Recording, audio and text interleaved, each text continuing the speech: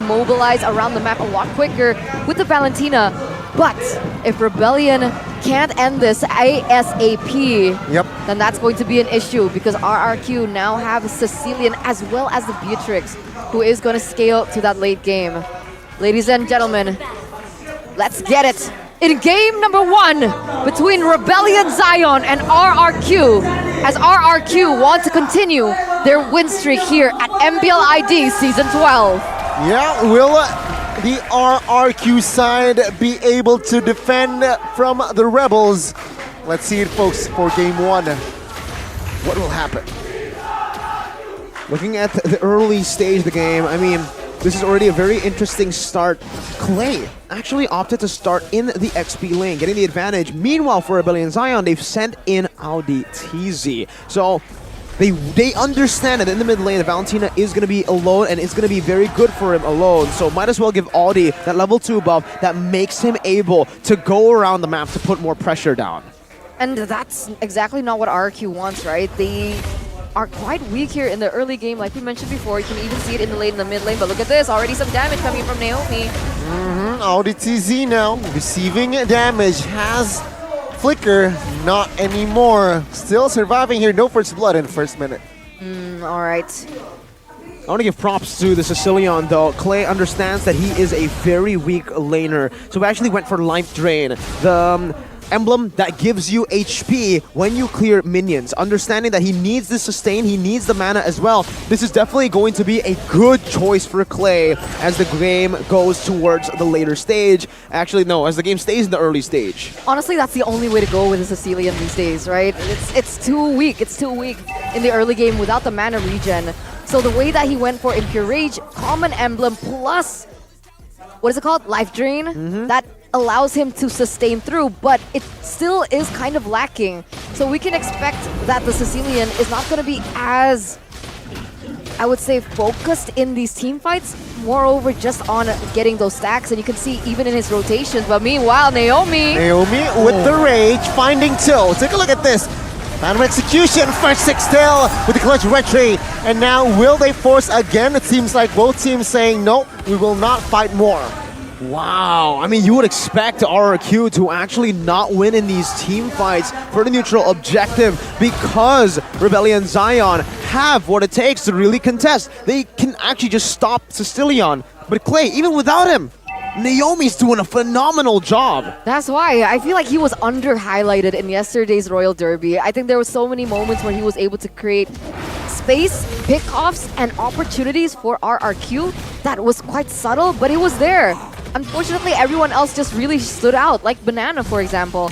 As we take a look at the in-game items, but Versik, here we go. Oh my god, retribution from Versik stole the leaf though, and now Sway Low will be taken down. RRQ drew first blood in the 3rd minute of the game.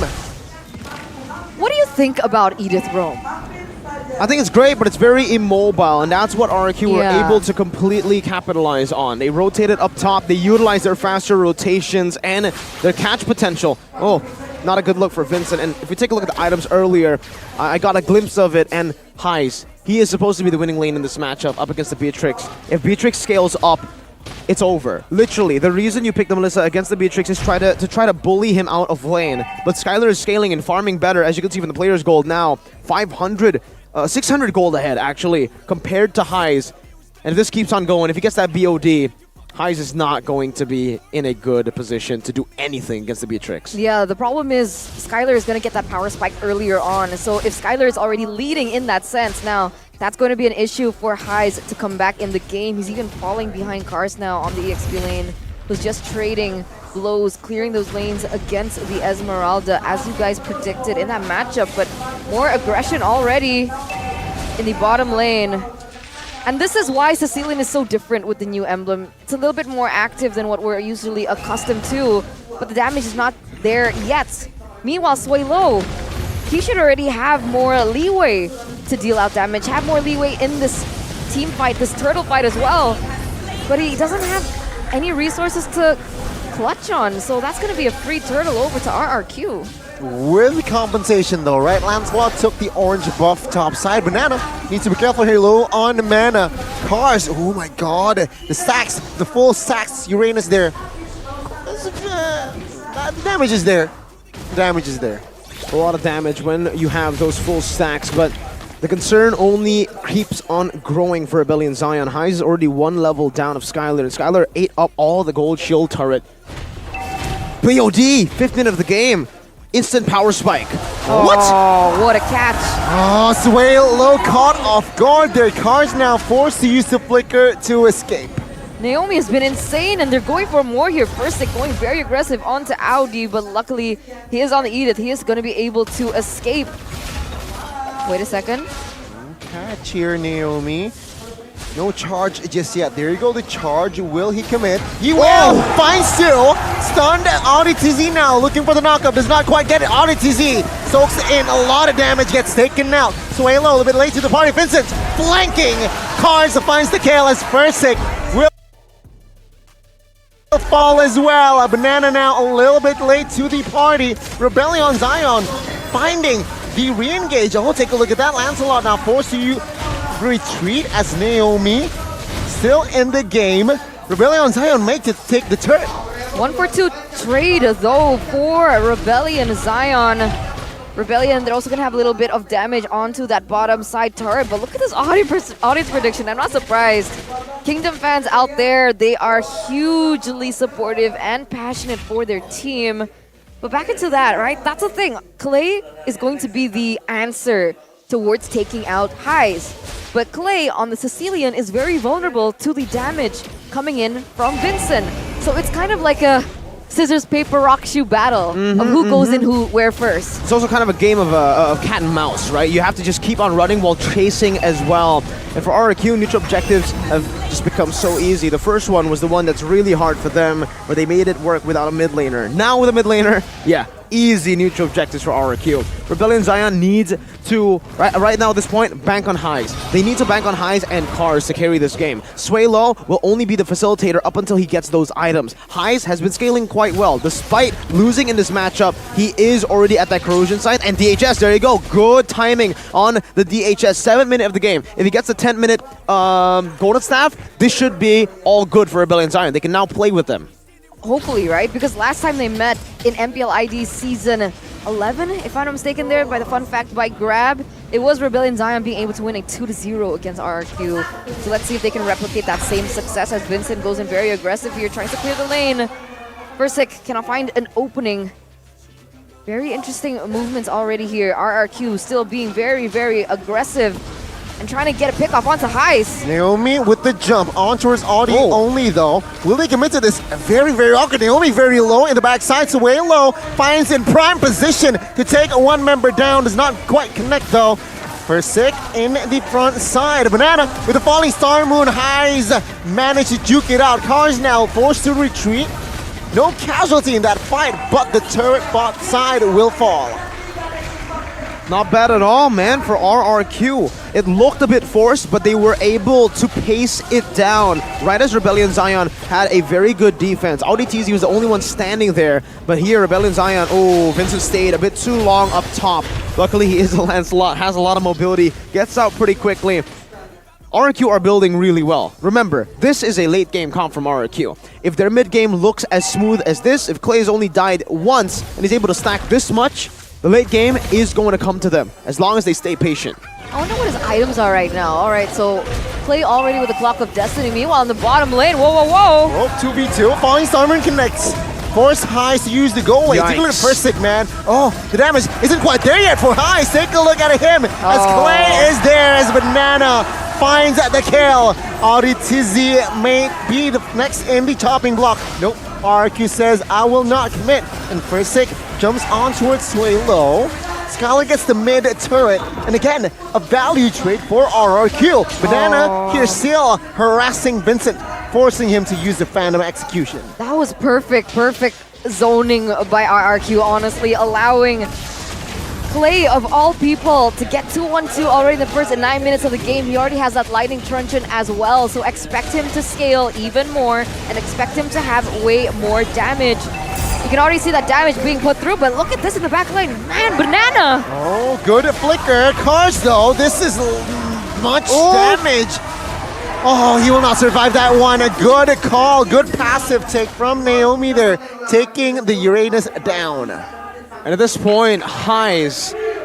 Remember when we said 7-minute DHS? Now in the 7 minutes to the 10 minute, he's only built the tough boots. That's how much gold he's been getting in the last 3 minutes. I expected him to be able to just farm up to that golden staff, but now, now it's not even about the golden staff. Now it's about the Melfic Roar. If the golden staff doesn't get built in the 10th minute, man, you might have to go for that adjustment. But Melissa, you need the golden staff too. Right now, Rebellion are lacking penetration, and you can really see it. Ferrosic and Banana are untouched in the front, and there's not much they can do.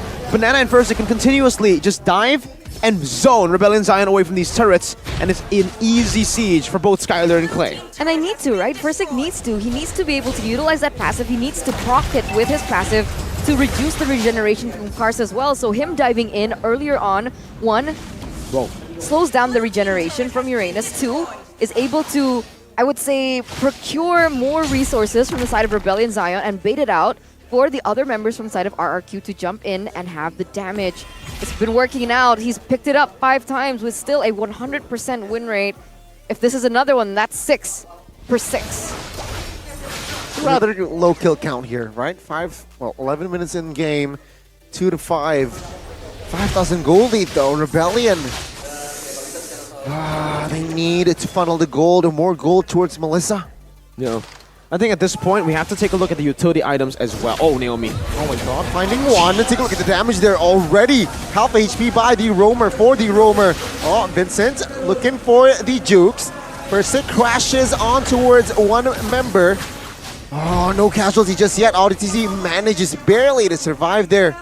It's a good zone by RRQ. A minute on the Lord. What is he saying? He's counting down the timers, but I think he mistapped on the emoji part, and he sent out a kissy face. Okay, it's all good, man. We know you cool with it, Banana. You don't need to rizz up the audience like that. Sheesh. And we're feeling it. I'm pretty sure Reptar feels it a lot. He loves Banana. He really does. The fruit or the player? Both. Okay. He even has a big banana. All right, yeah, I remember. Everyone played with that. Anyways, let's take a look at the items here. The utility part of his kit.